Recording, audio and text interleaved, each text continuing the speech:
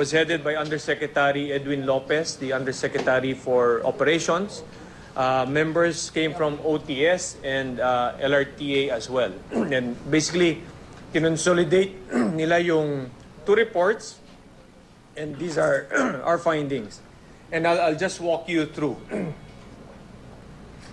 Essentially, let me explain. I'll try to laymanize what is the proper coupling procedure. Ito po yung paano ididikit yung dalawang tren in a hauling procedure. No? Ang procedure ho dyan, yung dalawang tren, let's call the first train as the distress train, the second train as the assisting train. No? So yung distress nakatigil, yung assisting lalapit yan up to 2 meters behind the distress train.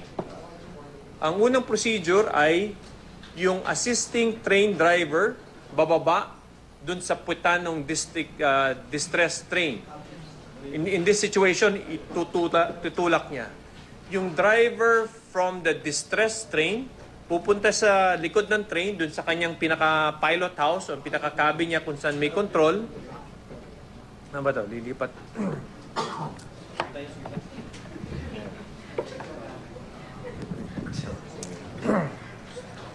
So yung driver of the distress train, siya yung pupunta dun sa puwet. Meron kanyang display panel din doon. Yung driver ng assisting train pupunta sa harapan, pupunta dun sa coupling mechanism. Meron siyang ika-crank doon, pipihitin. May babantayan siyang lever or meter. While cranking, that lever moves, no? Hanggang maisentro. Dapat isentro niya dun sa meter yung maliwanag na maliwanag. From the the distress train pilot house, may ilaw din siya. Kapag wala sa sentro pa yung lever, nakailaw. So pag crank niyan, pag sumentro na yung lever, mawawala yung ilaw. Ibig sabihin, proper na yung alignment ng coupling mechanism. Ibig sabihin, ready to be coupled. Pag mawala yung ilaw, yung distress train driver will hit a button, a horn will come out, that will signal the assisting train driver, okay na, stop cranking, the coupling mechanism has been aligned. Then magre-reverse naman sila. Yung assisting train driver will come up on his train, go to the pilot house. The distress train driver naman ang pupunta dun sa coupling mechanism. Ganun niyang gagawin ulit. So, baliktara naman on another train. Once they finish that, yung assisting train driver will then bump. No? Ibabangga niya yung assisting train dun sa puwitan ng distress train because it will force the coupling mechanism to engage and lock. Next procedure, iaatras nung assisting train driver yung tren niya. Kasi yung distress train yun, naka-engage yung kanyang brake mechanism. So, hindi po talaga gagalaw. So, if you push back on the assisting train, susubukan niyang i-detach yung kanyang coupling mechanism or susubukan niyang further ma-lock in yung coupling mechanism. So that in essence is a laymanized, secretary-interpreted coupling procedure. No? So that's number one. Second, we'll show you a coupling concept video. Very simple, parang Disney type kind of how it really works. Hindi yan yung exact train mechanism installed, but that's how it works.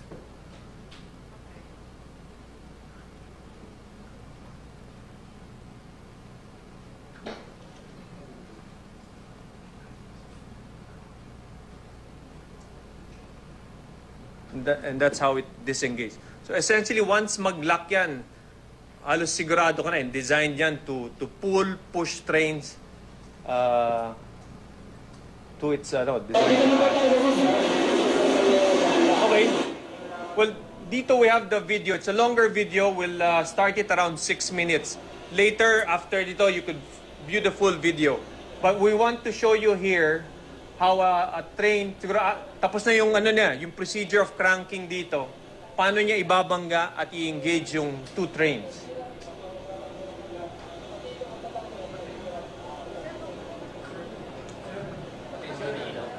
Sige, pakipatay yung ilaw. Sorry.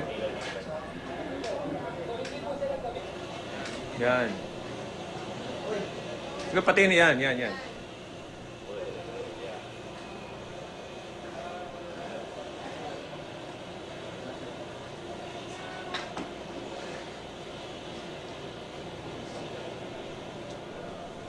Actual trains, sir. Huh? Sir, the actual trains. And these are the actual trains, no? The one on your left is the distress train.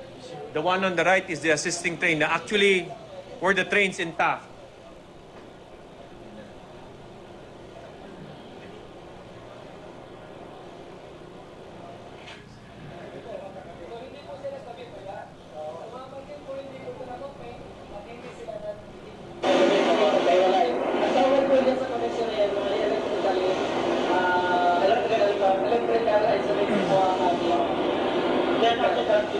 Yes. Gagawin po niya, susunod po niya gagawin, hihilahin po niya. So, pagsingin po ninyo, papatatin niya yan, gano'n. Yung malaman po na malaman, di ba? Ibig sabihin, collected siya. Yun po ang pagkakasi niya. Kasi po, malaman. Okay. And then, ang sunod po niya gagawin is, papatayin niya train, at pag-review po niya, brake at ito. Kaya po hindi mahila dahil mga preno. Parang kaya may mahila, sabi ko na kanina, tatanggalin natin ng power, tatanggalin natin lahat ng brake, gagalaw ng train, para siya po ay mahila. Kaya yung tatanggalin nila mahila o maitula. Sige, siguro. Initially, Yan. Pwede na ipalabasin in full mamaya para from the start, pati yung cranking procedures hanggang dulo. Okay, well, dito, yung index 2, yung one train, ibig sabihin the 3 cars, they're labeled by indices. So yung distress train, index 02, lead car is car number 3, car number 73, car 08, yung nasa putan niya. Assisting train was index number 17, lead car was car number 33, 69, and 65. This is how a coupling mechanism looks like.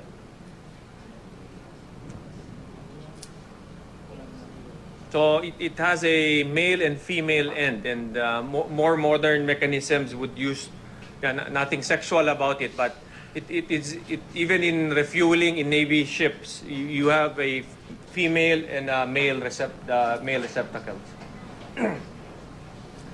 So here, breakdown occurred on the distress train involving car number 8 and car number 73. The reported cause was under voltage. So from there, it was reported. The control center supervisor, MRT3 has its own control center. There are duty supervisors. There's a duty manager. And essentially, it dictates on the train driver the instructions on what to do. So nung nangyari ito, it actually stopped, admittedly, where I think 2 more doors of the last car remained inside the Magallanes station. So the CCS, or the control center supervisor, instructed the assisting train driver to unload his passengers in order to assist the distressed train, and instructed the distressed train driver to conduct or commence hauling procedures. But clearly, there is a policy that train with failure must be brought to the nearest station platform for passengers evacuation. Clearly, the nearest station then was Magallanes. So, in hindsight, what should have been done was to pull the train back into the Magallanes station. When the driver was asked the same question, his concern was since the assisting train unloaded passengers in that station, tingin niya maraming komento, maraming magrereklamo kung further pa niya dadagdagan yung mga passengers. That was his honest answer to the query of the investigating team. So ang direction ng CCS was to keep the passengers of the distressed train on board. Hindi niya pinababa. Next, findings by the investigating team, there was poor coordination and reporting procedures kasi dapat dyan there's a step-by-step manual procedure that one should follow both from the control center side and the train driver side. Vague appreciation of the situation. This is from the control center. They weren't even sure where the train was. Bagamat, this is already a finding nung tinanong. Bagamat meron ding equipment doon that really lights up kapag a train is in the station or partially in the station. The Magallanes Station supervisor was likewise not notified kasi ang procedure, pag nagbababa ka ng pasahero sa maski anumang tren na out of procedure, you call up the station supervisor. Then the train track features, this is a profile of the MRT. So alam mo yung alin yung umakyat, alin yung pababa. So critical dito, that's why it's mentioned that Magallanes is like a hill that eventually slopes down into TAF.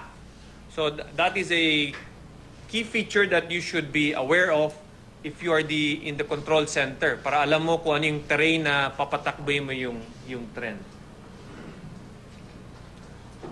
So another finding, it was only the assisting train driver who performed the coupling.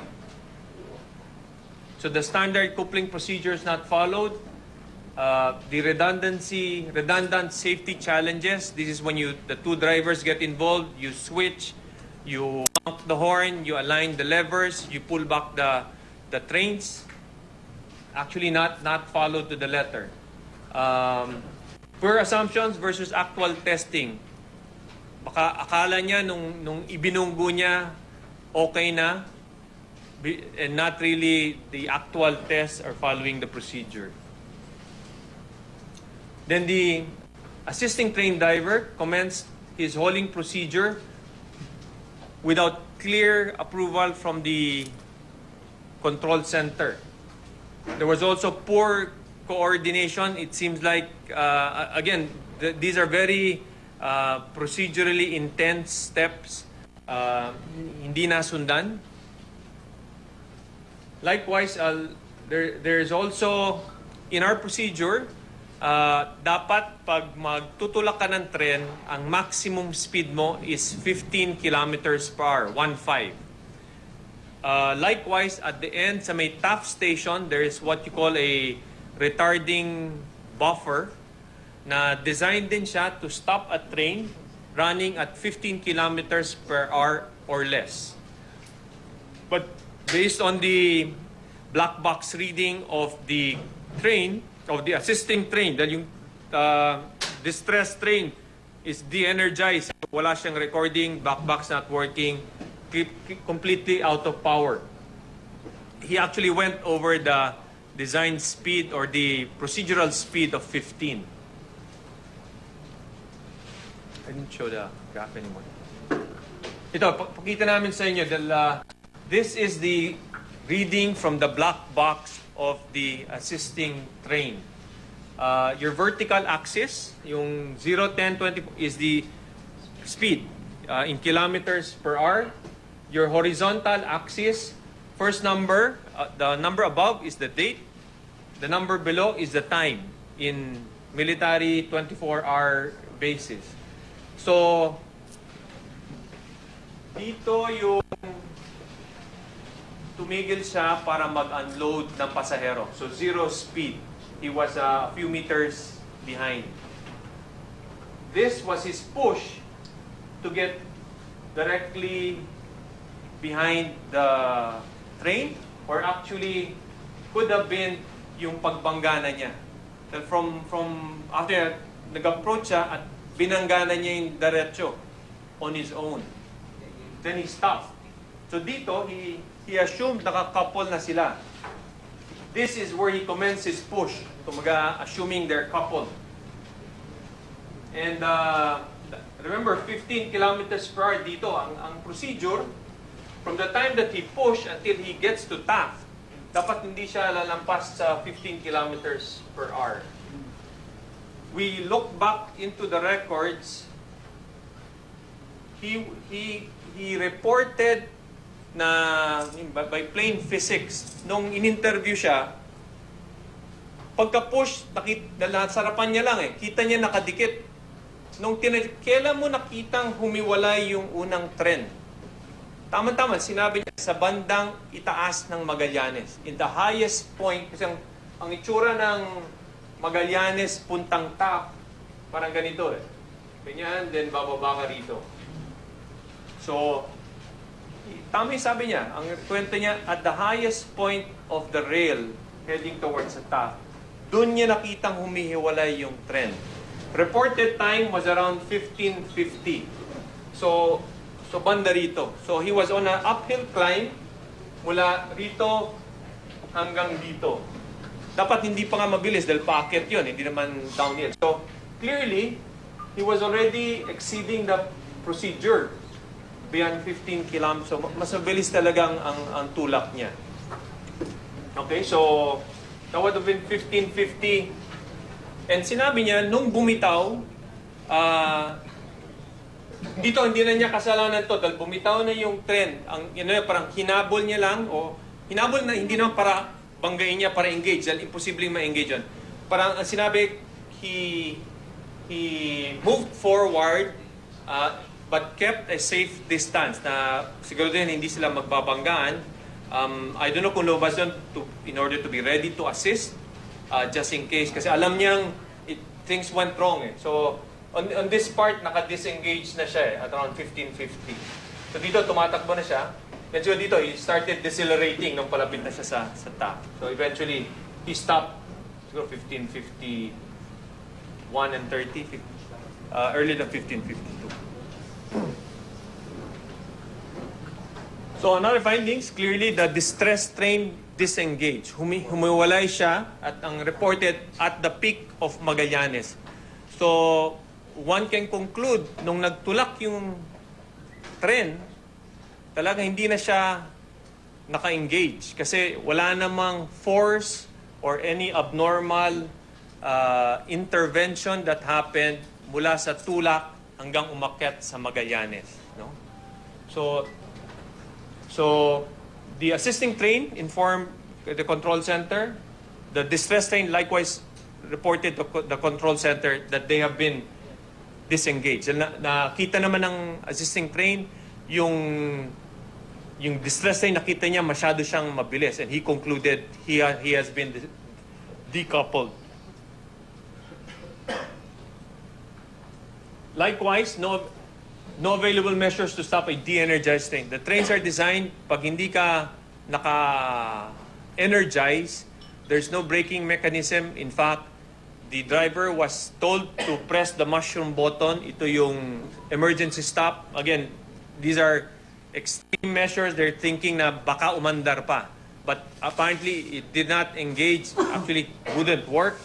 He was also instructed, try out opening the doors. Kasi the trains are designed that when you open the doors, the brakes will engage. But again, it's a de-energized train. So talagang he couldn't put a stop to the train. One other item, there should have been coordination with the Taft station supervisor.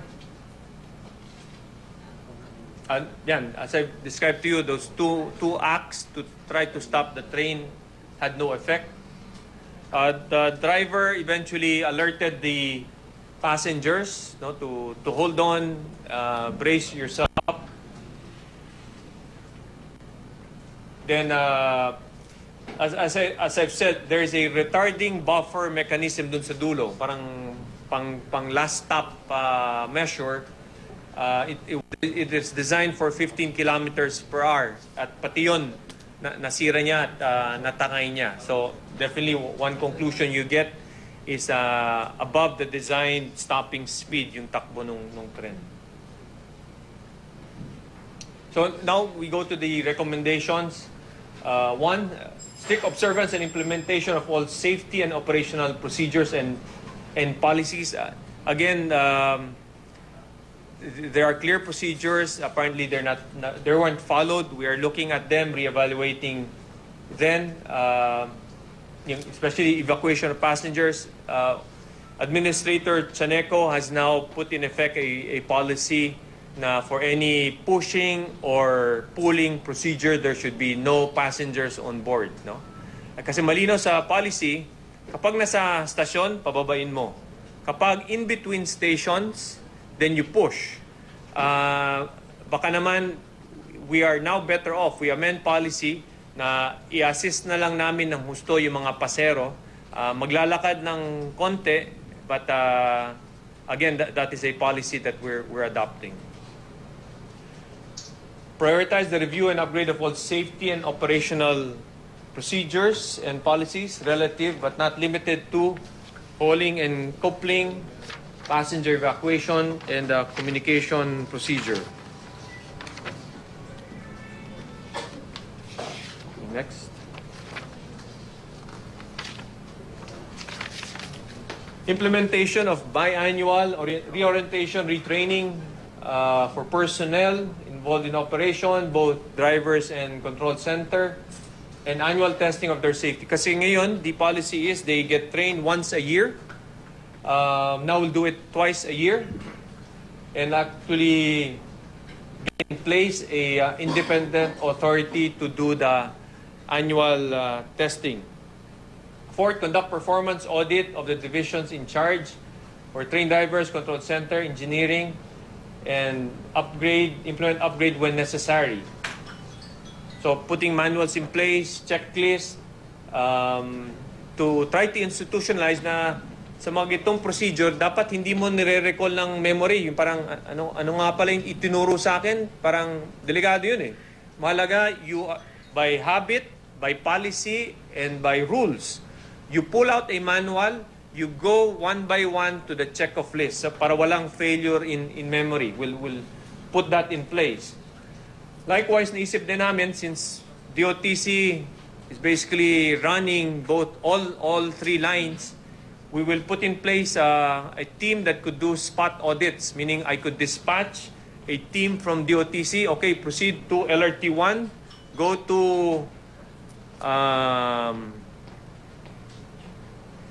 Monumento Station, ask the driver to perform this procedure.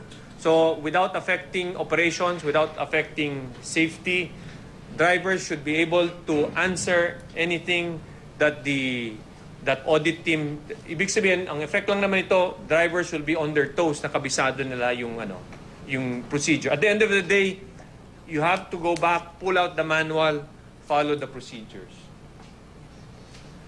In the interim, issue policies guiding covering safety, operation. We're working on that.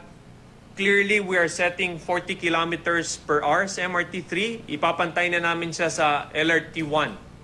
No, kasi nung pinatawag namin yung maintenance provider, all the stress in the system, the condition of the rails, could be contributory to the glitches that we have every day. But again, what happened in Taft is separate from the system, and we're explaining what transpired. But we think running at 40 kilometers per hour, same as the speed set by LRT1, hopefully can address the glitches that we experience, and hopefully improve the riding experience of our passengers. 6, if you're going to ask me, are people going to be liable and accountable?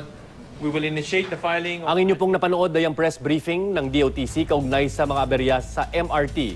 Mahigit 30 nasugatan ng mag-overshoot o lumagpas sa dulo ng riles sa Taft Avenue Station ang isang bagon ng MRT nitong nakarang Miyerkules. Ayon kay Secretary Joseph Emilio Abaya, batay sa kanilang investigasyon, hindi na umaandar ang naturang bagon matapos nitong tumirik sa Magallanes Station pa lang dahil sa undervoltage o kakulangan ng supply ng kuryente. Kaya itinulak na lang ng isa pang tren ng MRT. Tingin ni Abaya, mas mabuting itinulak o ibinalik na lang sana sa Magallanes Station ang nagkaaberyang tren.